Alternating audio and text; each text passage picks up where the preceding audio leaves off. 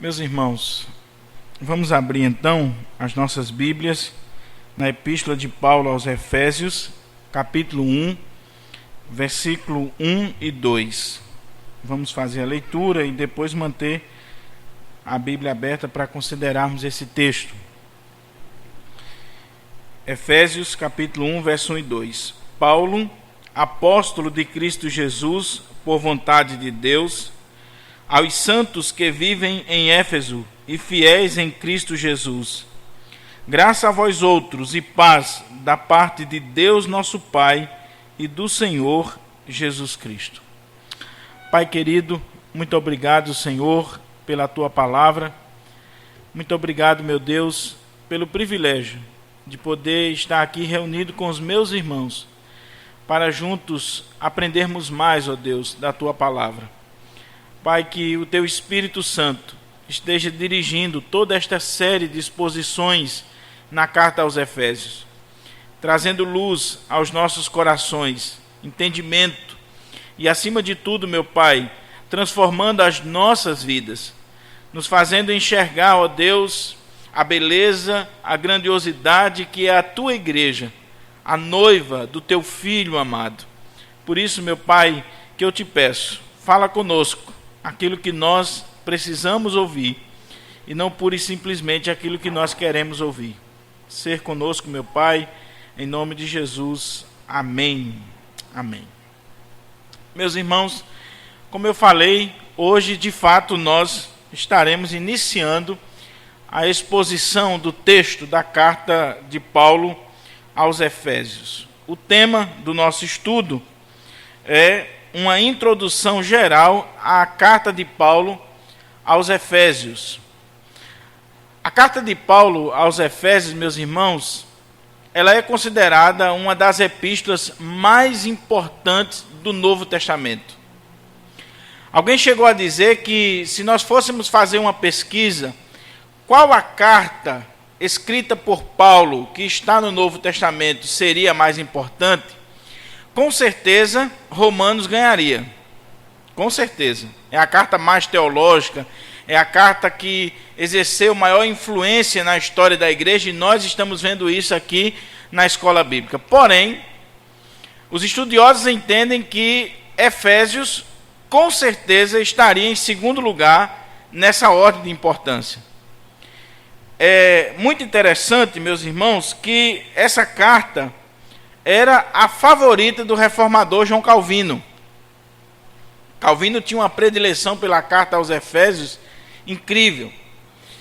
E ele diz que Paulo escreveu essa carta, Calvino diz isso no seu comentário introdutório, para instruir aquela igreja de Éfeso, confirmando aqueles irmãos na doutrina.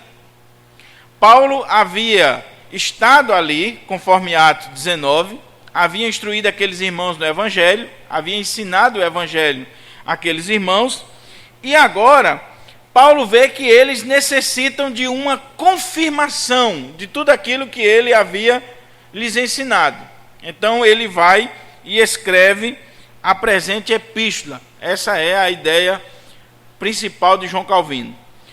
Os biógrafos de John Knox é considerado o pai do presbiterianismo, sobretudo na Escócia, talvez uma das figuras que nós esquecemos de falar na igreja, de chamar a atenção da igreja para a vida desse grande homem de Deus que foi John Knox. Os biógrafos dele dizem o seguinte, que John Knox, quando estava moribundo, já próximo a morrer, ele pedia que constantemente fosse lida para ele a exposição de João Calvino da carta aos Efésios. Ele pedia que as pessoas que estavam ali na casa dele lessem para ele todos os dias, para o seu enlevo espiritual, para o seu alimento espiritual, os comentários de Calvino na carta aos Efésios. Tamanha a importância que John Knox dava para a carta aos Efésios e também para o comentário de João Calvino. É muito interessante, meus irmãos, a gente olhar os adjetivos sublimes com que essa carta foi elogiada ao longo da história da igreja. Quando a gente olha a história da igreja, nós vemos alguns adjetivos que vão destacar a grandeza e o aspecto do conteúdo e da literatura dessa carta. Eu lendo o comentário, por exemplo, de Martyn Lloyd-Jones, ele diz que essa carta já foi usada tantos adjetivos sublimes para ela que ele não se dava ao luxo, nem tinha coragem de acrescentar mais um. De tantos adjetivos que ela ganhou ao longo da história da igreja. William Barclay, ele afirma que a carta aos Efésios é a rainha dos escritos de Paulo. Os irmãos terem uma ideia, essa carta já foi considerada a rainha dos escritos de Paulo. Esse mesmo escritor, William Barclay, ele diz que, por consenso geral, a carta aos Efésios se localiza no plano mais elevado dentro da literatura devocional e teológica da igreja primitiva. Se nós queremos conhecer uma literatura da igreja primitiva, dos primeiros séculos, que trabalha de forma magistral teologia e devoção, nós temos que olhar a carta aos Efésios. Martyn Lloyd-Jones, ele pregou durante 6 anos consecutivos nessa carta, nos domingos pela manhã, lá na capela de Westminster, em Londres. E ele afirma que em todas as escrituras não há nada mais sublime do que a epístola de Paulo aos Efésios. Eu comprei o comentário do Dr. Martyn Lloyd-Jones sobre a carta aos Efésios e é algo assim extraordinário. Por exemplo, só no versículo 1, ele gasta 3 sermões, no versículo 1, pregando para aquela igreja, expondo a beleza que é a carta aos Efésios. Ele ainda destacava que ela é a carta que trata da salvação a partir das regiões celestiais. É uma expressão que vai aparecer na carta, muito interessante, e Lloyd-Jones vai dizer que essa carta ela é bela, é sublime, porque ela trata da salvação a partir das regiões celestiais. A salvação é tratada nessa perspectiva. John Stott, ele é muito feliz quando diz o seguinte: a carta aos Efésios é um resumo, preste atenção nisso aqui, meus irmãos, é um resumo muito bem elaborado das boas novas do cristianismo e de suas implicações. Ninguém pode lê-la sem ser compelido a adorar a Deus e a ser desafiado a melhorar a sua vida cristã. Essa era a visão que John Stott tinha dessa carta, e ele disse que pregou essa carta várias vezes, que foi desafiado com o estudo dessa carta, que tinha prazer em não só ler, em estudar, mas em procurar colocar em prática os princípios advindos dessa carta aos Efésios. E ele vai dizer que ela é um resumo muito bem elaborado das boas novas do cristianismo. E que quando nós estudamos de forma correta, quando nós nos debruçamos sobre essa carta, nós somos desafiados a vivermos a vida cristã de forma mais plena, de forma mais devocional, avivada. Somos desafiados a melhorar a nossa vida.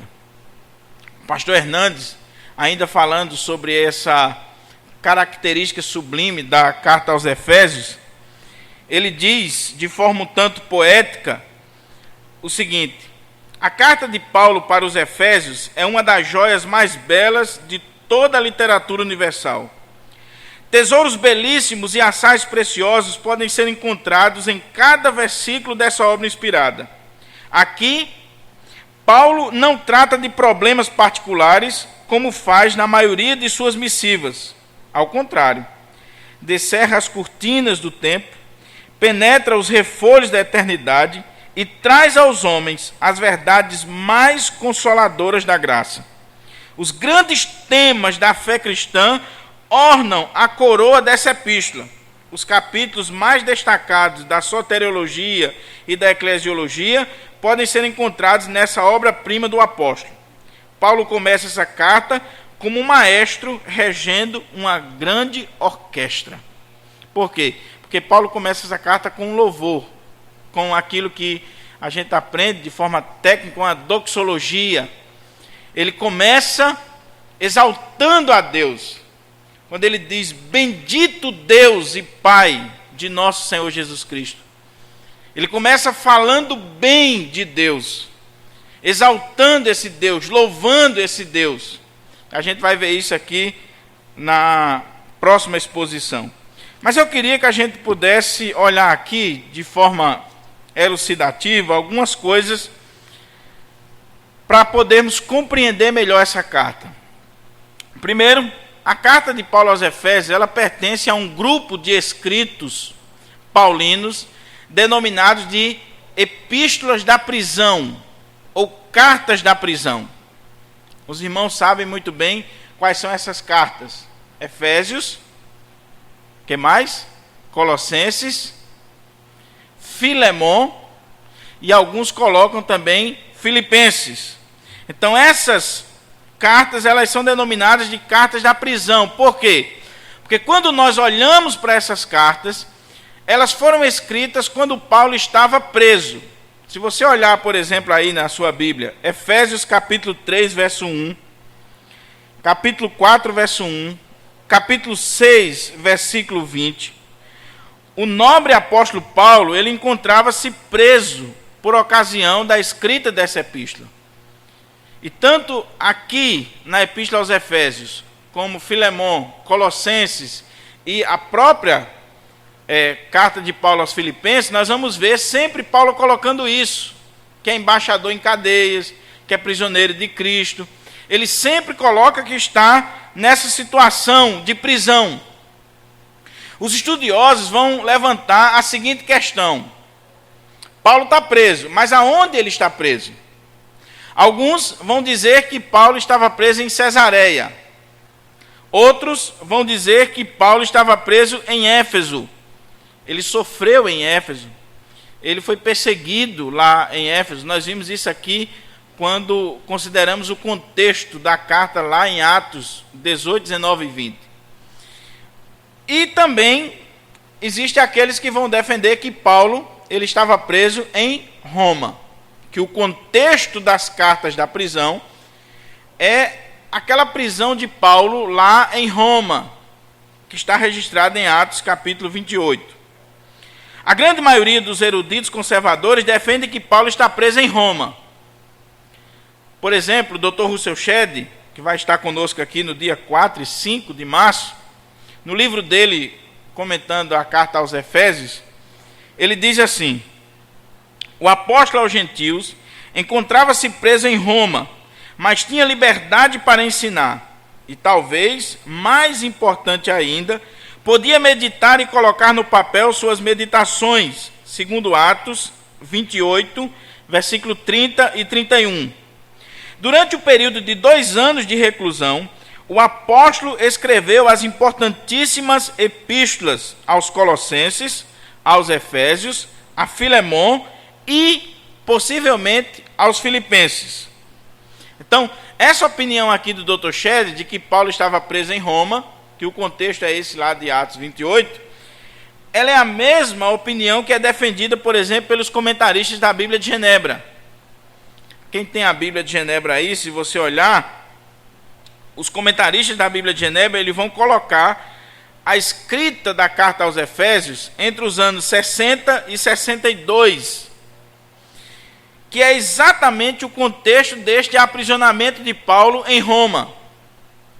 Então, Dr. Shedd, os comentaristas da Bíblia de Genebra vão entender que o contexto é exatamente esse. Quem foi o portador dessa carta? O portador dessa carta, se você olhar o capítulo 6, versículo 21 e 22, Colossenses capítulo 4 e Filemon, você vai ver que o portador dessa carta é um rapaz chamado Tíquico. Tíquico era um dos pastores da cidade de Colossos. E ele está visitando Paulo em Roma. Alguns entendem que ele foi para lá tratar de alguns problemas eclesiásticos da igreja de Colossos. Nessa visita, ele tem a incumbência de não só trazer Onésimo para o seu senhor Filemon, mas também trazer essa carta. E não só essa carta, mas a carta aos Colossenses e o bilhetinho a Filemon. Então, por quê? Porque alguns entendem que a igreja de Colossos, ela se reunia na casa de Filemon. Tá certo? Então, o portador da carta é esse rapaz chamado Tíquico. Na perspectiva de Weisber, é esse contexto da visita de Tíquico, de uma conversa sobre os problemas da igreja, de um diálogo entre esses servos de Deus, que Paulo vai produzir essas cartas tão preciosas para a igreja. E aí o Weisber ele faz uma observação interessante. Ele diz assim: mesmo estando preso, o nobre apóstolo Paulo estava preocupado com a condição das igrejas as quais ele tinha fundado, tinha passado por lá, e ele estava preocupado com aquelas igrejas. Ele podia estar preocupado com a sua vida pessoal, com o fato de estar preso, mas ele estava preocupado com a situação das igrejas. Falando em Colossenses, outra coisa importante para a gente entender o contexto é que muitos estudiosos acreditam que Efésios é simplesmente uma amplificação da carta aos Colossenses. Porque se você lê a carta aos Efésios e lê a carta aos Colossenses, você vai ver que pelo menos 75%, 78% de Colossenses é repetido em Efésios. E aí os estudiosos ficam se debatendo para entender por que dessa semelhança. E aí nós vemos, para quem quiser fazer uma análise melhor sobre essa questão aí entre Efésios e Colossenses, você lê o livro de William Hendricks.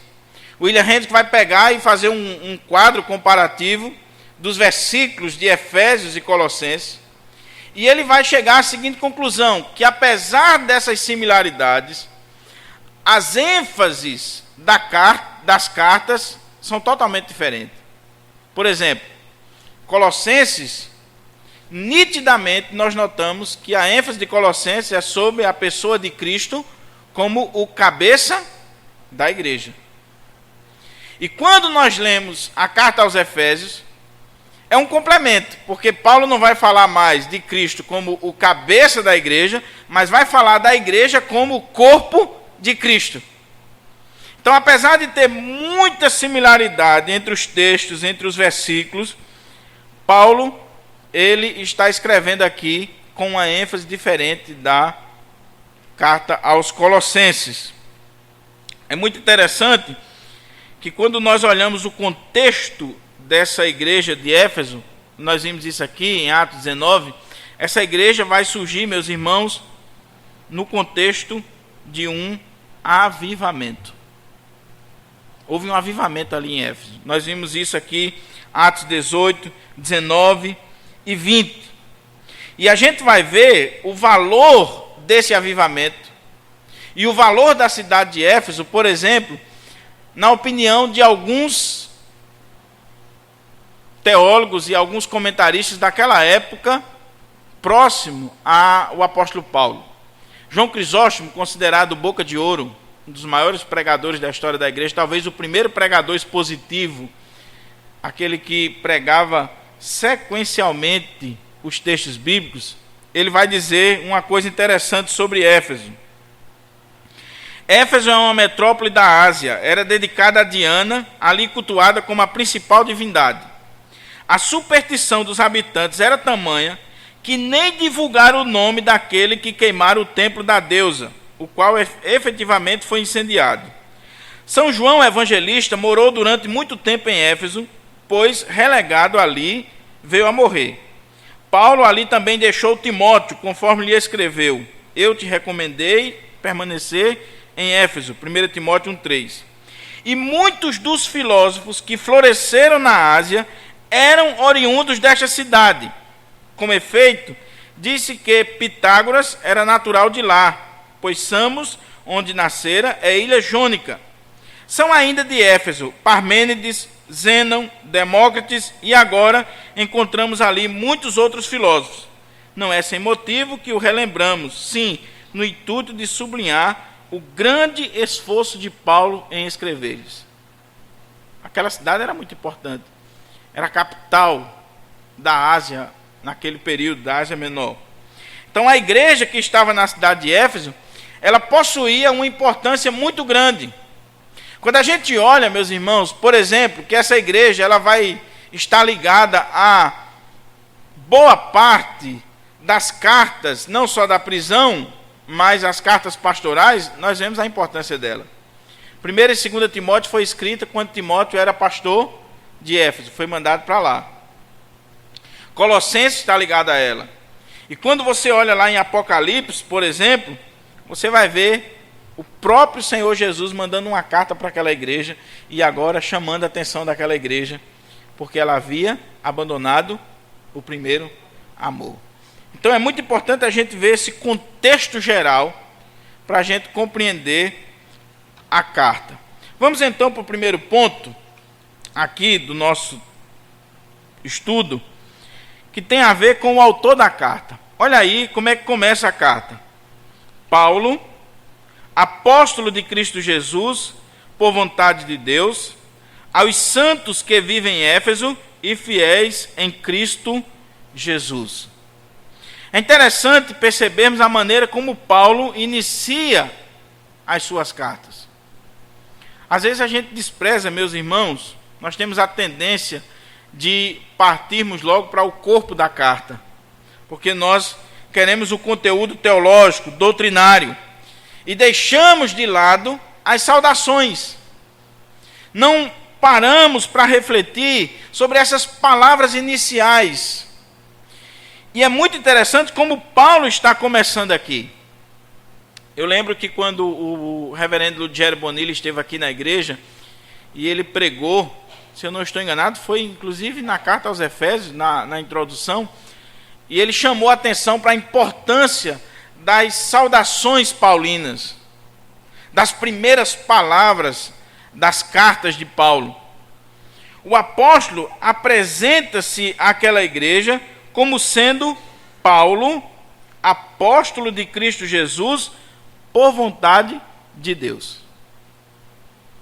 A primeira coisa que ele vai dizer. A primeira coisa que precisamos considerar é quanto à questão de Paulo ser o autor da carta aos Efésios. Até o início do século XIX, não existia dúvidas de que Paulo era de fato o autor dessa carta. No século XIX, início do século XIX, mais precisamente em 1820, os teólogos liberais, nós temos aí o advento do liberalismo teológico, os teólogos liberais vão levantar essa bandeira de que Paulo não é o autor da carta aos Efésios. Porém, em toda a história da igreja, desde o primeiro século, não se tinha dúvida. Daí, John Stott ele é taxativo quando fala sobre essa questão. Ele diz assim: ora, a autoria paulina de Efésios era universalmente aceita desde o século I até o início do século XIX. Por que então estudiosos alemães, a partir de 1820, começaram a questionar a autenticidade da carta, e por que este ceticismo sobre a autoria paulina de Efésios permanece até hoje? É muito interessante a observação de John Stott. Ora, se do século I até o início do século XIX não existia dúvida, por que eu vou dar ouvidos a teólogos liberais, a homens que não crêem de fato na inerrância, na suficiência das Escrituras, a homens que estão colocando em xeque aquilo que toda a história da igreja não colocou. Então, quando consideramos a história da igreja, sobretudo nos primeiros séculos, podemos constatar que não existia dúvida quanto ao fato de Paulo ser o autor dessa carta. Desde o cano de Marcion, ou Marcião, cerca de 145 depois de Cristo, Marcião, ele foi considerado um herege porque ele excluía tudo aquilo que era que tinha cheiro de judaísmo. Ele achava que o Deus do Antigo Testamento e o Deus do Novo Testamento não eram os mesmos. Então ele vai criar um cânon uma lista de livros, excluindo alguns que mostravam esse Deus, essa teologia desse Deus carrasco, desse Deus que ele não concordava. Mas o próprio Marcião, que foi considerado um herege, ele em 145 depois de Cristo, ele entendia que a carta aos Efésios foi escrita por Paulo. E o Cânon Muratoriano, que é outra lista de livros, no ano 190, coloca também Paulo como sendo o autor dessa carta. Então, mesmo que você amanhã pegue um livro, um comentário, ou escuta uma palestra, hoje nós estamos tendo acesso aí a muitas palestras, a muitos pregadores, e alguém esteja dizendo que Paulo não foi o autor da carta aos Efésios, pondere um pouquinho. Veja que essa pessoa pode ser um teólogo liberal, ela não conhece a história da igreja, não valoriza a história da igreja, e nem tampouco o próprio texto bíblico. Então você não deve dar crédito a esse tipo de pessoa. Agora, deixando essa discussão para aqueles que gostam de apologética, né, para os eruditos, os acadêmicos, vamos olhar aqui para o texto e vamos tirar algumas lições e aplicarmos essas lições à nossa vida. Paulo está se apresentando como apóstolo de Jesus Cristo. É muito interessante a maneira como Paulo começa a falar para aquela igreja. Não é qualquer pessoa. Quem está falando é um apóstolo. Um apóstolo de Jesus Cristo pela vontade de Deus. Então, a palavra dele tem autoridade. Ele sempre costumava apresentar-se dessa forma. O interessante é que em nenhum momento Paulo ensina que é apóstolo por vontade ou decisão particular. Ele não faz isso. Mas sempre pela vontade de Deus. Ele não é apóstolo porque um dia ele disse assim: opa, a partir de hoje eu vou ser um apóstolo. A partir de hoje eu vou sair aí pregando o evangelho. Não.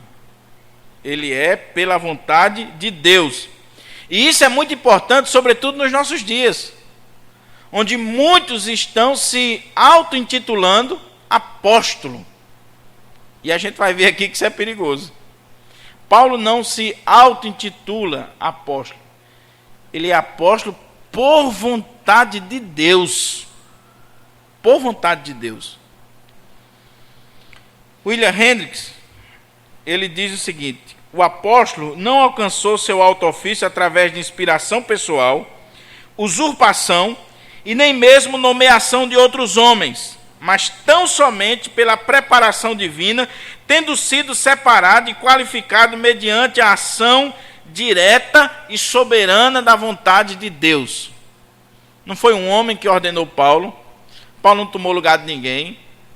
Paulo, ele é apóstolo por essa vontade soberana de Deus. É Deus quem fez. John Stott, nessa mesma linha, ele diz que Paulo não é um voluntário. Tem muita gente aí que é voluntário na obra. É voluntário, mas não é chamado. Não é escolhido. Não foi convocado. É simplesmente um voluntário. Então John Stott diz que ele não é um voluntário, mas alguém com autoridade para ensinar, o qual deveria ser ouvido em virtude de ter sido escolhido e nomeado de acordo com a vontade do próprio Deus. Por que Paulo deveria ser ouvido pela igreja de Éfeso? Por causa dos seus méritos, dos seus predicados pessoais, da sua cultura. Não, ele deveria ser ouvido por aquela igreja porque ele era um apóstolo de Jesus Cristo pela vontade de Deus. Deus o havia escolhido para isso. E ele falava com autoridade. A palavra dele não era uma palavra qualquer. Era uma palavra vinda de Deus. Pastor Hernandes, ele diz que a igreja não nomeia apóstolo. Eles são chamados por Jesus. Nenhum homem pode constituir a si mesmo apóstolo de Cristo. Esse papel é da economia exclusiva de Cristo. não temos mais apóstolos na igreja contemporânea, uma vez que a revelação de Deus está completa nas Sagradas Escrituras. Nós não temos mais apóstolo hoje, irmão. Pastor, e Valdomiro, e não sei quem, são falsos apóstolos. Obreiros fraudulentos, mentirosos, que estão usurpando um lugar que não é deles. Isso é a palavra de Deus. Não há como a gente negar, irmãos. A gente não pode colocar o sol uma peneira para cobrir o sol. Então, nós não temos apóstolos hoje. Esses apóstolos aí que tem hoje são falsos apóstolos. João Calvino, ele chama a nossa atenção para o fato de Paulo ter adicionado essa frasezinha: por vontade de Deus. Que bênção Paulo ter dito isso. Que maravilha. Segundo ele, João Calvino, porquanto nenhum homem deve tomar essa honra para si, senão que deve esperar pela vocação divina, pois Deus é o único que pode legitimar o ministério de um ministro. Nenhum homem pode tomar essa honra para si. A partir de hoje eu sou pastor, a partir de hoje eu sou obreiro, sou presbítero. Não, ele tem que esperar a vocação de Deus, o chamado de Deus. E nós cremos, irmãos, que o chamado ele vai ser confirmado pela igreja. Aqui é um ponto interessante. Não adianta a pessoa dizer: eu sou chamado para pregar, eu sou chamado para cantar, eu sou chamado para isso, para aquilo, e aí quando você vai fazer, a igreja não reconhece o chamado. Tem alguma coisa errada. Se você foi chamado para o ministério, se você é vocacionado por Deus para o ministério, naturalmente a igreja vai reconhecer isso. A igreja vai vendo os dons, aquilo que Deus está fazendo na sua vida, lhe capacitando para aquela obra. Então você não pode fazer isso de conta própria. Agora, qual é a lição que fica para nós? Devemos ter cuidado, irmãos, e nos acautelarmos com esses falsos apóstolos que estão aí, com falsos obreiros, com falsos ministros. E aí o Dr. Shedd, no livro dele, comentando Efésios, ele chama a atenção para uma coisa extraordinária. Por que eu tenho que ter cuidado com esses homens que se auto-intitulam apóstolos? O Dr. Shedd vai dizer o seguinte, ele cita um comentarista chamado Henstoff, que diz que a palavra apóstolo é derivada de uma palavra aramaica chamada shaliá, a qual indica que Paulo é muito mais que um missionário com uma mensagem ou um embaixador com uma carta selada. Ele é um procurador que substitui aquele que o mandou e ele pode tomar iniciativas. Veja como a coisa é séria. Por isso que o pastor Shedd, ele disse que não chama ninguém de apóstolo e tem medo até de usar essa palavra. O apóstolo era um procurador, aquele que levava a mensagem de Cristo, e é o próprio Cristo falando. É o próprio Cristo que está ali sendo representado por aquela pessoa. E aí ele destaca uma passagem do Talmud que diz o seguinte: o shaliá é equivalente àquele que o enviou. Por isso que quando Paulo diz aqui, meus irmãos, Paulo, apóstolo de Cristo Jesus por vontade de Deus, ele não está falando aqui no sentido de enviado, nesse sentido amplo. Todos nós somos apóstolos no sentido de sermos enviados para pregarmos o evangelho, para levarmos a mensagem. Paulo está falando no sentido mais restrito, no sentido de que ele tem a procuração dada pelo Senhor Jesus, que ele representa o Senhor Jesus legalmente ali. É o próprio Cristo falando, é o próprio Cristo chegando. Por isso que os apóstolos operaram os mesmos sinais, milagres que o Senhor Jesus fez. E alguns vão defender que o próprio Paulo vai ver esse ministério dos sinais, dos milagres, acabando no contexto do ministério dele. Como que o Senhor dizendo assim: o ministério apostólico está cessando, está acabando. Então, é isso que nos dá segurança, meus irmãos, quando nós ouvimos o apóstolo Paulo, quando nós lemos as cartas de Paulo. Nós não estamos lendo a carta de um homem. Nós estamos ouvindo o próprio Cristo falar através da vida de Paulo. Isso nos dá segurança, isso nos dá conforto, isso traz para o apóstolo autoridade. A autoridade de Paulo é igual à autoridade de Cristo. Por isso que aquelas bíbliazinhas que a gente tem aí, eu já falei até aqui na escola bíblica, umas bíbliazinhas com as palavras de Jesus em vermelho, é heresia pura. Heresia pura. Não há como você tirar as palavras de Jesus e dizer que a palavra de Paulo, de Pedro, de Tiago não é palavra de Jesus. É palavra de Jesus. Toda a Escritura é palavra de Jesus. Daí, não sei se você gosta de Caio Fábio, mas Caio Fábio está redondamente enganado. Ultimamente, Caio Fábio tem dito coisas absurdas, colocando em xeque essa questão da autoridade apostólica, da palavra que os apóstolos tinham.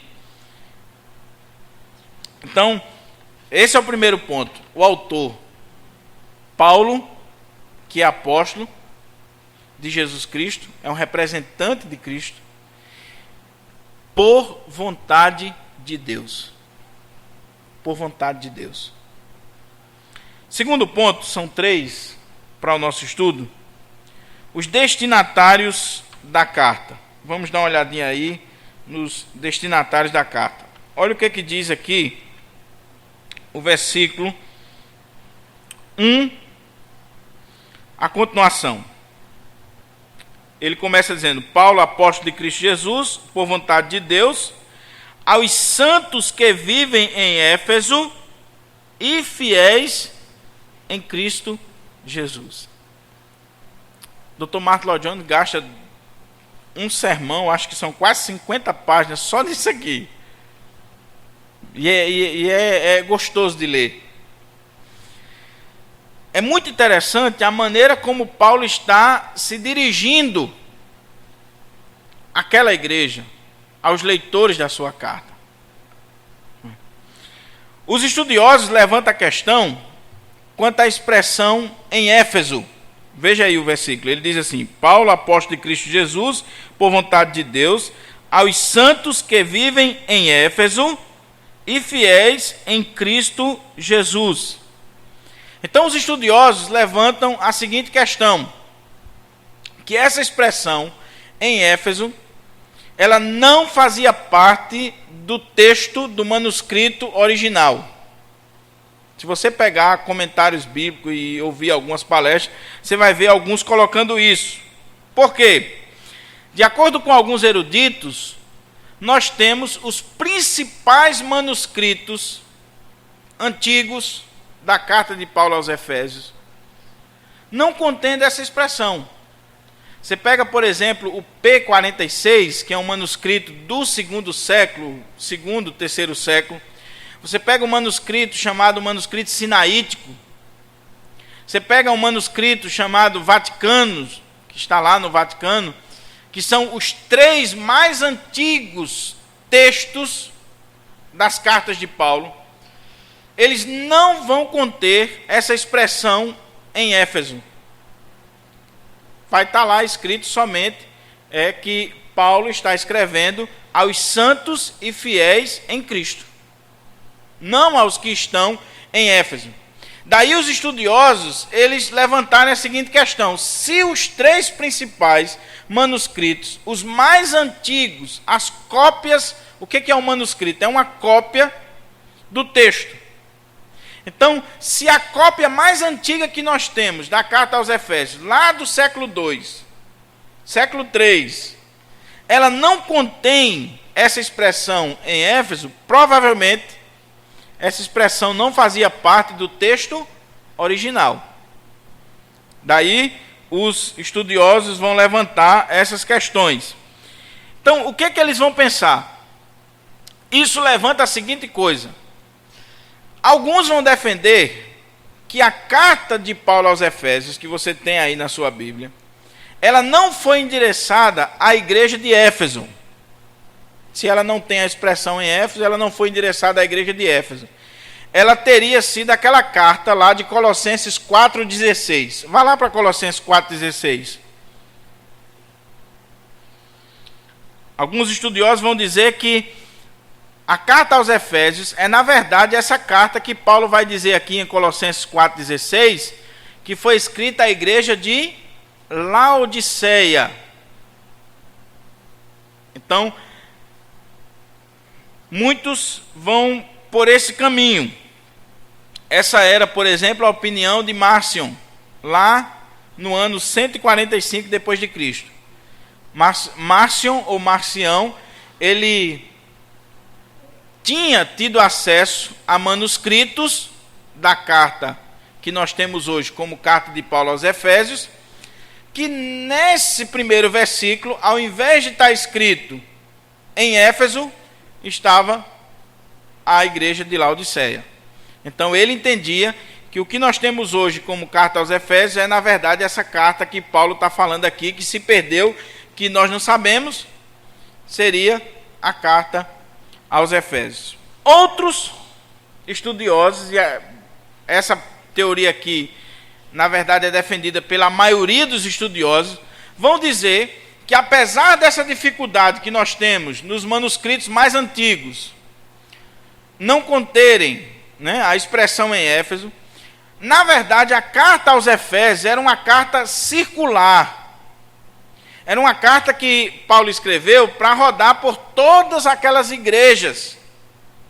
Então, por isso que Paulo não colocou lá no texto original, e aí vai surgir essas cópias, em Éfeso.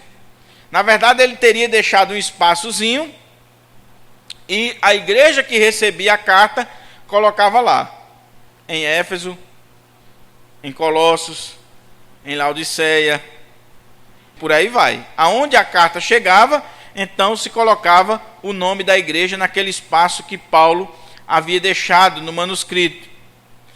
Essa teoria ela é levantada por quê? Porque quando você lê a carta aos Efésios, há uma diferença muito grande entre ela e as demais cartas de Paulo. Nós estamos lendo Romanos.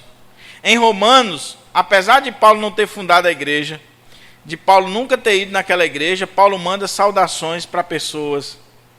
Paulo é muito pessoal na carta. E aqui não. Aqui nós temos uma ausência dessa característica de Paulo, de citar nomes, de mandar saudações para as ovelhas ali naquela cidade. Paulo aqui ele vai tratar dos assuntos, e aí os estudiosos vão dizer, ora, Paulo passou 3 anos em Éfeso, e ele vai escrever uma carta para aquela cidade, e não vai citar nome de ninguém, não vai tratar de circunstâncias da época, não vai relembrar alguma coisa. Então essa carta seria uma carta circular. E aí por que ela ficou conhecida como a carta à igreja de Éfeso? Porque Éfeso era a capital, era a cidade mais importante. Provavelmente foi a primeira cidade a receber a carta. Sendo a primeira, a carta foi colocado o nome em Éfeso. Essa era, por exemplo, a opinião de Martyn Lloyd-Jones. Martyn Lloyd-Jones entendia que essa teoria aqui, que foi uma teoria criada por Beza, ela surgiu no século XVI e ela vai se popularizar no século XVII com um bispo anglicano. Então, Martyn Lloyd-Jones vai dizer que, na opinião dele, a carta aos Efésios é, na verdade, uma carta circular para todas aquelas igrejas. Ele acreditava que essa expressão em Éfeso não constava do texto original. Aí John Stott, eu acho isso bonito em John Stott, porque John Stott levanta a discussão, fala dos problemas, aí ele conclui dizendo assim, é um mistério, permanece um mistério. O importante é o texto, é a mensagem, é aquilo que Paulo está transmitindo para nós nessa carta. Quanto à questão se tinha a expressão em Éfeso ou não, se é uma carta circular ou não, se era a igreja de Laodiceia ou não, ele diz, permanece um mistério. Ele não toma posição. Agora, ele chama a atenção para que a gente possa tirar lições para a nossa vida. Quais são as lições práticas que podemos tirar desse versículo aqui, que é um versículo tão rico? Paulo aqui, meus irmãos, ele está descrevendo a igreja de Deus. E como é que ele descreve a igreja de Deus? Olhe de novo aí para o texto. Como é que ele descreve a igreja de Deus? Seja em Éfeso, seja em Laodiceia, seja onde for. Ele diz que são santos e fiéis. Paulo está descrevendo a igreja de Deus. Reformador João Calvino, ele afirma o seguinte: ninguém pode ser crente se não for também um santo. Em outras palavras, ninguém pode ser santo se não for também um crente. Por isso que Paulo vai dizer santo e fiel. Fiel e santo. Uma coisa está ligada à outra. Não há como separar. Então é importante entender que Paulo, ele descreve a beleza da igreja já no início da carta, na saudação. Ele já começa aqui, meus irmãos, nesses primeiros versículos, a mostrar para nós toda a riqueza teológica que ele vai trabalhar na carta. Ele fala sobre a vontade de Deus, o propósito de Deus. Ele fala sobre a igreja de Deus. Ele fala que ele tem autoridade, não dele mesmo, mas uma autoridade que vem de Deus. Então Paulo é muito rico aqui nesses primeiros versículos. É importante a gente entender que a palavra santo, que Paulo utiliza aqui, não quer dizer alguém que não peca. Quando Paulo diz assim, aos santos e fiéis, ele não está dizendo santo aqui uma pessoa que não peca. Hoje a gente tem essa dificuldade, né? Se eu chamar a Iris de santa, talvez Eliel olhe assim e diga, pastor, é porque o senhor não conhece. Né? Ou então se eu chamar Eliel de santo, aí Iris vai dizer a mesma coisa. Porque nós achamos que santo é aquela pessoa perfeita, aquela pessoa que não peca, que tem uma aureazinha sobre ela. E isso não tem nada a ver com a Bíblia. Isso é catolicismo medieval, é teologia católica, popular. Santo, à luz das Escrituras, é alguém separado para pertencer exclusivamente a Deus. E aí, o melhor comentário que eu vi sobre isso foi do Dr. Shedd. Ele diz assim: quando pecamos, negamos a nossa posição de povo santo. Deus lhe fez santo. A igreja é santa. E quando nós pecamos, nós estamos negando essa posição. Mas não deixamos de ser santos ao pecarmos. Preste atenção. Porque essa posição é nossa. E Paulo envia a epístola com a pressuposição de que os seus leitores são pessoas realmente convertidas e separadas para o reino de Cristo. Você é santo, querido. Você é declarado santo em Cristo Jesus. E isso não tem nada a ver com a questão de você não pecar. Santo é uma posição. Você é separado exclusivamente para Deus. Agora, quando nós pecamos, nós não estamos considerando essa posição tão bela, tão gloriosa que Deus nos colocou. Você é filho de Deus, você é declarado santo em Cristo Jesus, você recebe todas as bênçãos de Deus, e como diz a carta de Pedro, você muitas vezes é como aquela porca que volta lá à lama, ou como um cachorro que volta ao vômito. Deus nos coloca numa posição tão importante, irmãos, tão privilegiada, e muitas vezes a gente procura cair dessa posição. Mas aí Dr. Shedd diz, olha, mesmo que você peque, essa posição é sua, porque está em Cristo. Agora, essa verdade, meus irmãos, que Dr. Shedd defende, e que é bem interessante, a gente vê, por exemplo, quando Paulo escreve a carta aos Coríntios. A igreja de Corinto era uma igreja problemática. A gente acha que a nossa igreja tem problema? Meu Deus do céu. A igreja de Corinto tinha problema e muito. E muito. Tinha um cara lá dentro da igreja gostando da mulher do pai dele. Dentro da igreja, tomando a ceia. Com um cara de santo lá dentro. Né? Como é que Paulo escreve aquela igreja? Vai lá para 1 Coríntios, capítulo 1, versículo 2, para você ver que o Dr. Chet tem razão no que ele está dizendo aqui. Apesar dos problemas que são retratados nas cartas de Paulo à igreja de Corinto, a primeira e a segunda carta, Paulo começa dizendo assim: a igreja de Deus que está em Corinto, aos santificados em Cristo Jesus, já pensou? Chamados para ser santos, com todos os que em todo lugar invocam o nome de nosso Senhor Jesus Cristo, Senhor deles e nosso. 1 Coríntios 1:2. O interessante é que nós, em virtude dessa posição que nós temos, de santidade, de sermos santos em Cristo, nós somos chamados a buscarmos e a vivermos uma vida santa, a vivermos em santidade, a crescermos. A santidade é um processo na nossa vida. Agora, diante de Deus, nós já somos declarados santos. Aí você diz: pastor, então se eu já sou santo, eu posso pecar e não tem nenhum problema. Eu duvido que você seja um santo se você tem prazer no pecado. Se você peca de forma deliberada. Se você já peca com a intenção de pedir perdão, tem alguma coisa errada aí. Tem alguma coisa errada. É muito interessante, meus irmãos, que Paulo não para aí. Ele diz que está se dirigindo a santos e o quê? Fiéis. A santos e fiéis. A maioria dos comentaristas entendem que essa expressãozinha que Paulo utiliza, pistos, fiel, uma palavra que eu escutei 4 anos, meu Deus do céu, lá no seminário, toda segunda ou terça-feira, aula com a irmã do Dr. Augusto Nicodemos, a professora Suzana. Ela chegava, colocava no quadro e pedia para a galera repetir.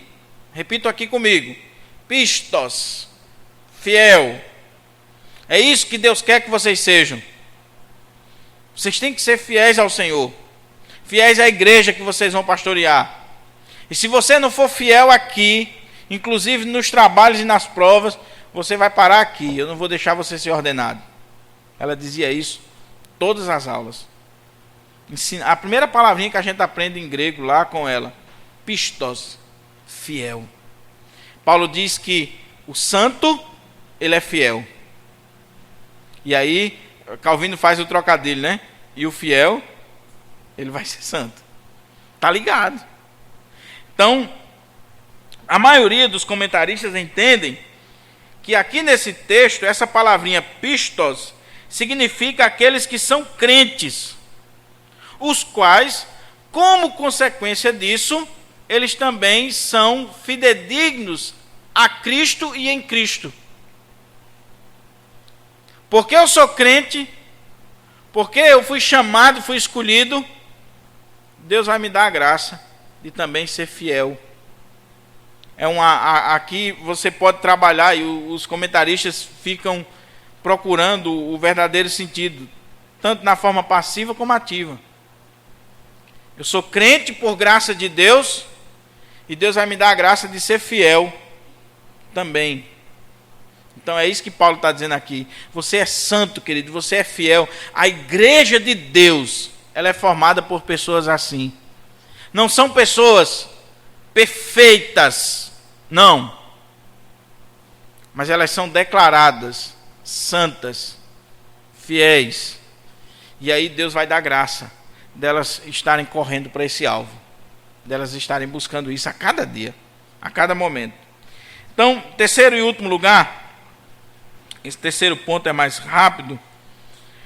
Olha o que é que Paulo diz aqui. Paulo, apóstolo de Cristo Jesus, por vontade de Deus, aos santos que vivem em Éfeso e fiéis em Cristo Jesus.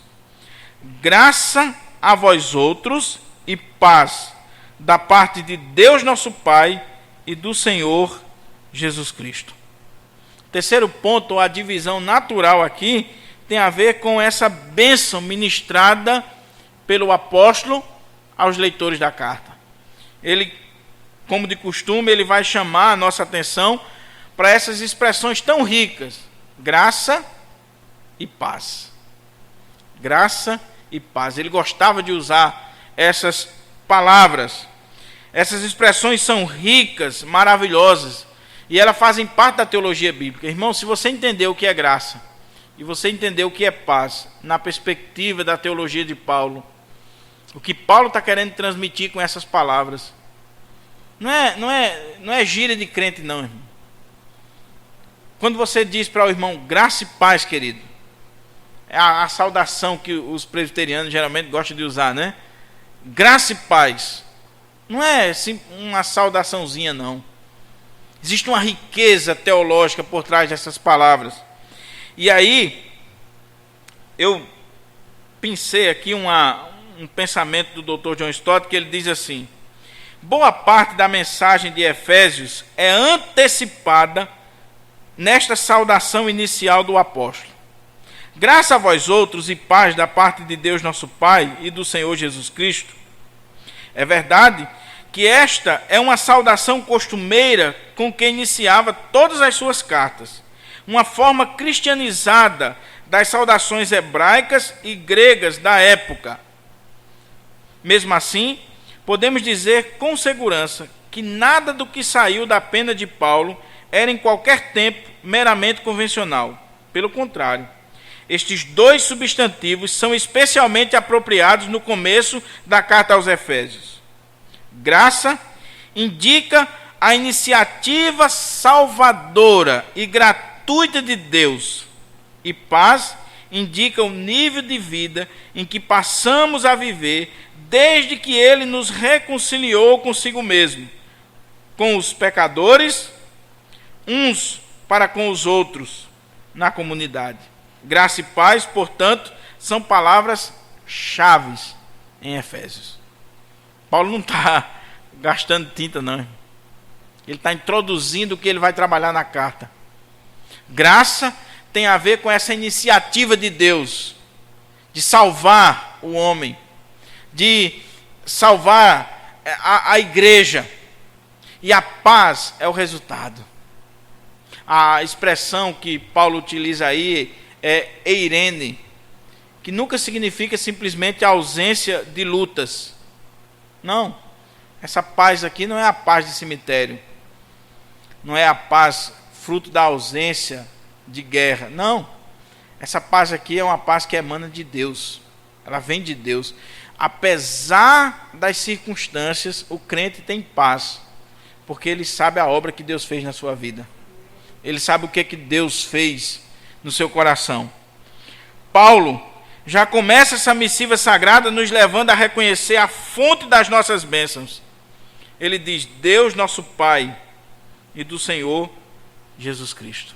De onde é que vem a graça? De onde é que vem a paz? Vem de Deus, o nosso Pai, e do Senhor Jesus Cristo. Paulo está chamando a atenção para a fonte das nossas bênçãos. É Deus o Pai e é o Senhor Jesus Cristo. Daí, William Hendricks, ele destaca uma coisa linda: a paz é o sorriso de Deus que se faz presente no coração dos redimidos. O que é paz, querido? É Deus sorrindo no seu coração. Você antes era inimigo de Deus, você antes estava afastado de Deus, você antes não queria saber das coisas de Deus. Mas a partir do momento que a graça de Deus se manifestou na sua vida, essa graça de Deus não só lhe salvou, ela trouxe paz ao seu coração. É Deus sorrindo para você. É Deus trazendo esse consolo, esse conforto no seu coração. Concluindo esse ponto, o pastor Hernandes ele resume dizendo assim: a graça é a causa da salvação e a paz é o resultado dela. A graça é a raiz e a paz é o fruto. Essas bênçãos não emanam do homem, nem mesmo podem fluir da igreja. Ela só pode ser dada por Deus mesmo. É Deus quem dá. Ela não pode ser produzida pelo homem. Ela não pode ser criada pela igreja. Não.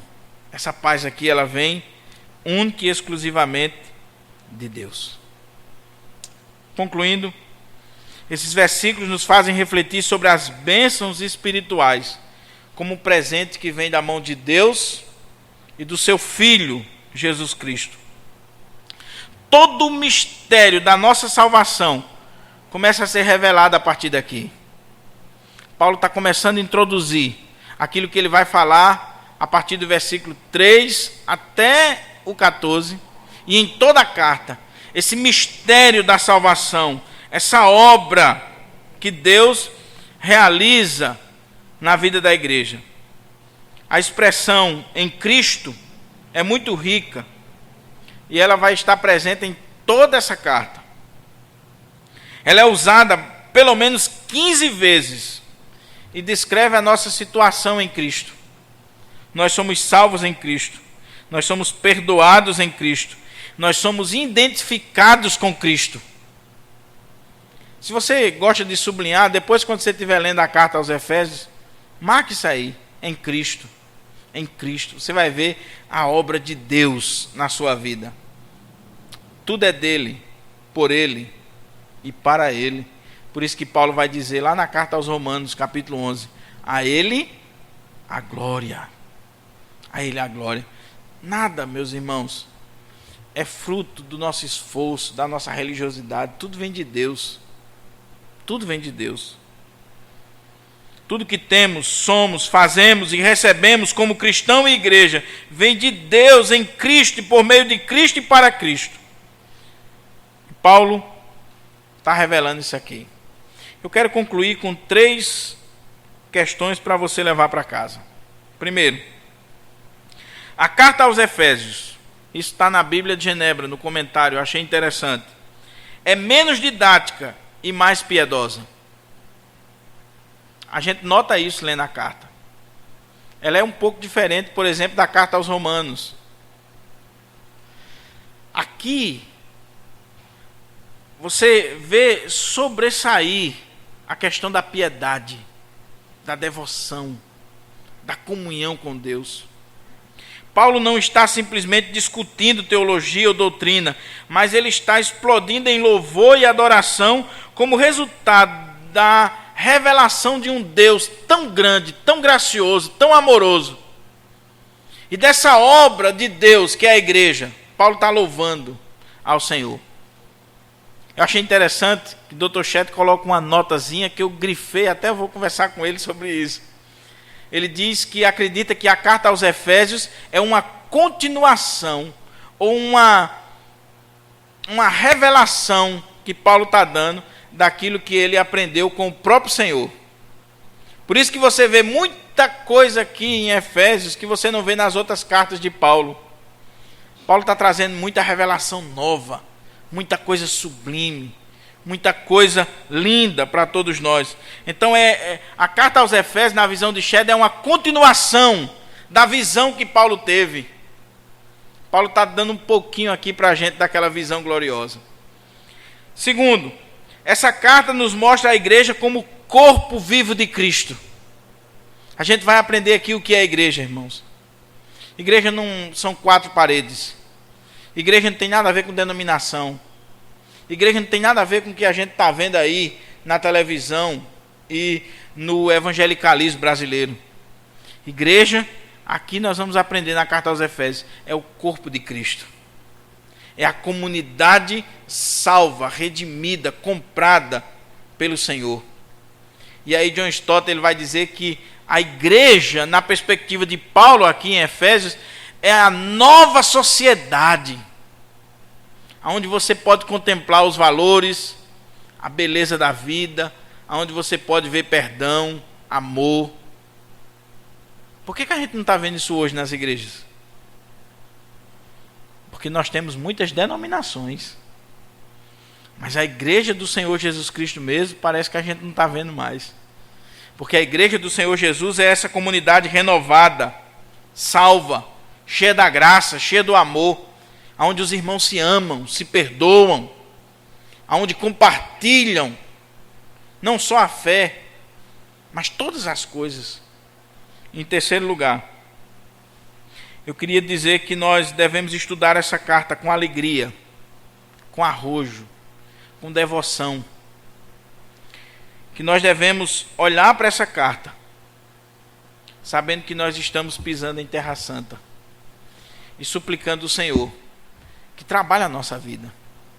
Não vamos estudar, meus irmãos, a carta aos Efésios simplesmente com um caráter especulativo, procurando compreender a teologia, a palavra, não sei o que, detalhes e discussões. Não. Vamos estudar essa carta com essa expectativa. Senhor, fala comigo. Trabalha a minha vida. Trabalha o meu cristianismo. Me revela o valor da tua igreja. A beleza da tua igreja, que foi comprada com o sangue do teu filho. Paulo vai trabalhar isso, irmãos. E eu tenho certeza que quando nós chegarmos ao final dessa exposição, o seu amor pela igreja, a igreja do Senhor Jesus, que a igreja de Pirangi é uma facetazinha muito pequena, o seu amor pela igreja vai estar renovado. Nós estamos hoje vivendo dias terríveis porque nós confundimos as coisas.